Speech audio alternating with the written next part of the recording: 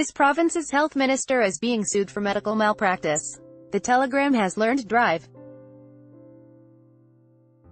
John Hagee is one of 5 doctors named in a lawsuit filed in Newfoundland Supreme Court by Kirk Collins of Gander on behalf of his son, Marcus Collins, claiming their improper treatment and care for a ruptured appendix caused his son severe and permanent physical damage. However, it seems Hagee has not yet been informed of the lawsuit. When the Telegram called Hagee's office Friday, inquiries were directed to Hagee's lawyer, Peter Brown. The court document states there were 7 ways in which the doctors and staff were negligent in treating the boy. Brown told the Telegram he is unaware of any legal action regarding this case, and suspects Hagee has not yet been served with any documents to notify him. I would think if he were served in relation to a matter that involved his medical practice while he was a surgeon, in all probability I would be retained to assist him, Brown said. I can tell you from this point in time, I have no knowledge of this, and I suspect the minister does not either. The statement of claim in the case was filed in December 2017. According to court staff, all parties must be served within a year. Rashawn Tiller, Dr. Andre Van Zyl, Dr. Rashid Kadham and Dr. Javed Akhtar are the other doctors named in the case, along with the Central Regional Integrated Health Authority and Eastern Regional Integrated Health Authority. On February 3, 2011, Marcus Collins visited the emergency room at the James Patton Memorial Hospital in Gander complaining of severe pain and swelling in his abdomen. He was vomiting and had diarrhea. According to the court documents, Tiller, the attending physician, prescribed pain medication. Van Zyl was also present and assessed the boy, who was discharged and sent home shortly after.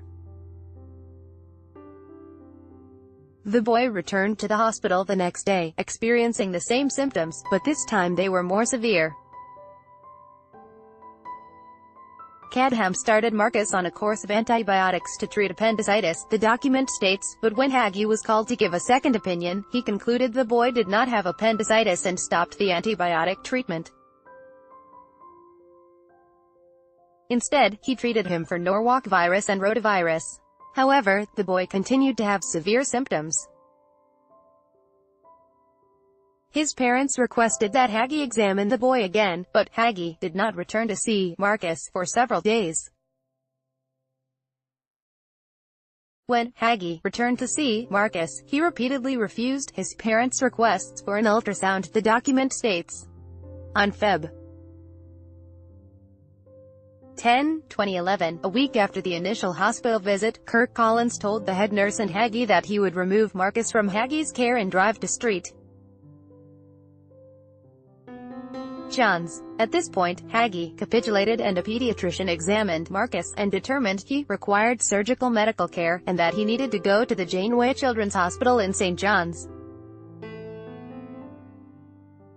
He was taken there by ambulance that day.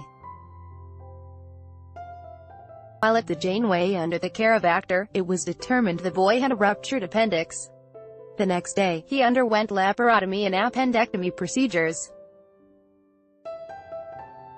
As a result of the care and treatment or lack of care and treatment rendered to the plaintiff by the defendants, the boy sustained injuries, including, but not limited to severe damage to his bowels and other organs, and has been permanently injured, the court document states.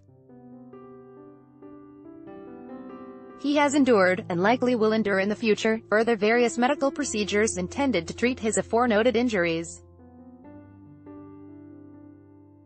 He has sustained losses and impairments, including, but not limited to, a loss of his enjoyment of life. The court document states there were 7 ways in which the doctors and staff were negligent in treating the boy.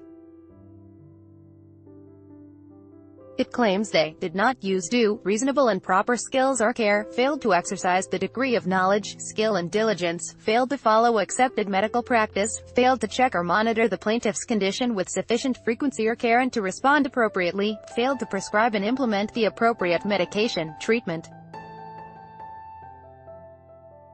or therapeutic procedures required to alleviate the condition of the plaintiff and prevent complications from arising, failed to properly, adequately or timely diagnose and treat the condition of the plaintiff, failed to observe the injuries and damage occurring to the plaintiff, and failed to take any adequate or timely steps to prevent injury and damages. In the alternative, Collins alleges that his son's injuries, losses and damages were caused by the malpractice, negligence and breach of contract of the defendants or their employees, agents and staff. Collins is seeking special and general damages, but doesn't give details, and also wants the defendants to cover the cost of proceedings. It's not the only malpractice lawsuit Hagee is facing. He faces at least 2 others. In a case filed in February 2016, former patient Mark French claims Hagee, a practicing surgeon at James Patton Memorial Hospital at the time, punctured his colon during a colonoscopy on March 27, 2014, leading to a series of ongoing health issues and follow-up medical procedures to correct the effects of the puncture. In another case involving another former patient, filed in January 2015, Terry Oak of Gander claims he ended up in the intensive care unit at St. Clair's Mercy Hospital in St.